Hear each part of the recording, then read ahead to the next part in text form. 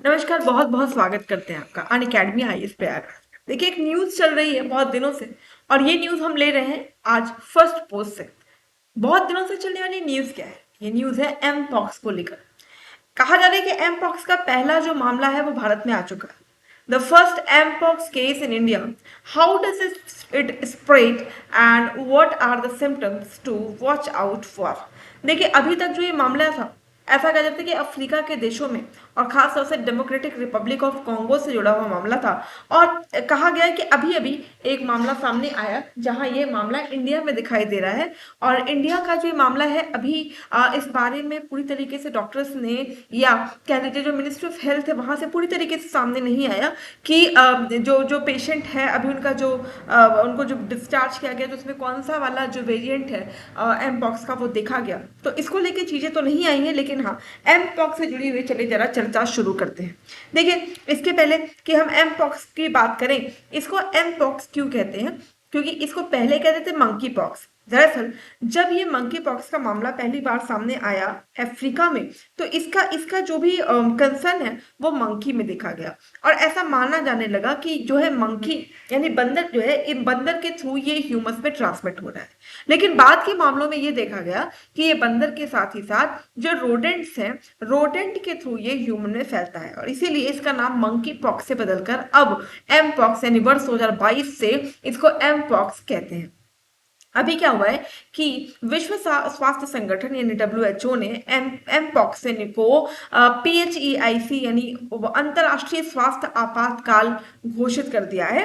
और खास तौर से जहां जो जो डेमोक्रेटिक रिपब्लिक ऑफ कॉन्गो है और जो अफ्रीका के जो देशों में, क्योंकि इसमें भारी वृद्धि हो रही है, तो वहां पे इसको पब्लिक हेल्थ इमरजेंसी जो है डिक्लेयर कर दी गई है, यानी कि अंतर्राष्ट्रीय स्वास्थ्य आपातकाल घोषित कर दिया गया है।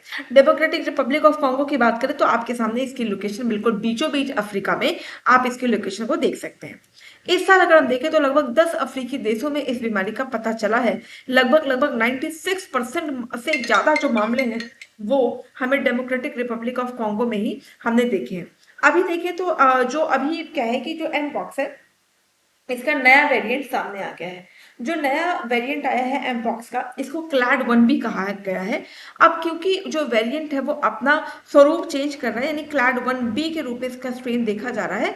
तो क्लैड 1 बी का उभरना अभी हमारे लिए बड़ी चिंता का विषय है, क्योंकि अभी जो क्लैड 1 बी है, इसको लेकर के कैसे रोकथाम करनी है, क्या करना है, इसके बारे में अभी हमारे पास विशेष जानकारी नहीं है। और खास तौर से देखें तो क्लैड 1 बी का प्रसरण समझे या कम्युनिकेशन कैसे होता है, तो बेसिकली इसका मेन आधार है यौन संपर्क। डेमोक्रेटिक रिपब्लिक ऑफ कॉन्गो और उसके पड़ोसी देशों में इस रोग के मामलों के में भारी या कह लीजिए उल्लेखनीय वृद्धि हुई है। और डब्ल्यूएचओ ने इसे विश्व जो स्वास्थ्य मतलब संकट जो है घोषित किया हुआ है। अगर हम इसके लक्षण की बात करें तो इसमें जो जो स्किन है, स्किन पे आपको चकत्ते, झिल्ली, घाव जैसा दिखता है, और लगभग लगभग 2 से 4 सप्ताह तक जो ये घाव बना रहता है। साथ ही साथ यहाँ पे सिर दर्द, बुखार, मांसपेशियों में दर्द, ये सारी समस्याएं बनी रहती हैं। संक्रमण की बात करें तो ये शारीरिक संपर्क से ही जो जो सबसे बड़ा कारण है वो है शारीरिक संपर्क, और दूसरे सामग्री से ये फैलता है। अभी इसके रोकथाम की बात करें तो अगर शारीरिक संपर्क मतलब जिसको ये चीज जो ये एम पॉक्स से अगर जो भी व्यक्ति इससे पीड़ित है, अगर उससे संपर्क ना रखा जाए, उससे दूरी बनाकर रखी जाए, तो आप इससे बच सकते हैं।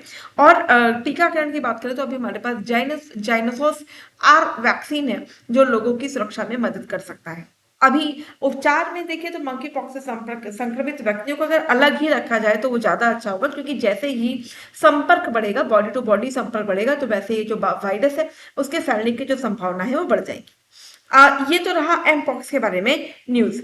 अन अकेडमी की बात करें तो प्रयागराज और दिल्ली के बाद अब अन अकेडमी अपना ऑफलाइन सेंटर लेकर आ रहा है पटना में। जो नए बैचेस हैं वो 27 सितंबर से प्रारंभ हो रहे हैं। इसके साथ अगर हम बात करें हमारे बैचेस की, तो हमारे जो इंग्लिश बैच है उसकी शुरुआत हो रही है 23 सितंबर 2024 से, जो कि इंडिया के टॉप एजुकेटर्स के द्वारा अन अकेडमी आईएएस आपके लिए लेके आ रहा है।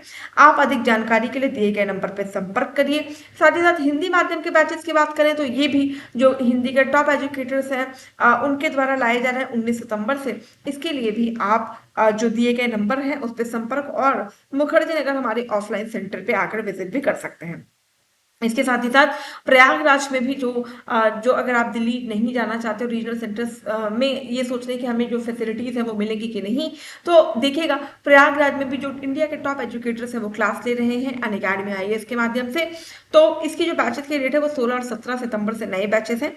सिविल लाइन्स प्रयागराज इसकी लोकेशन, और आपके स्क्रीन पे जो नंबर है वहां से आप संपर्क भी कर सकते हैं।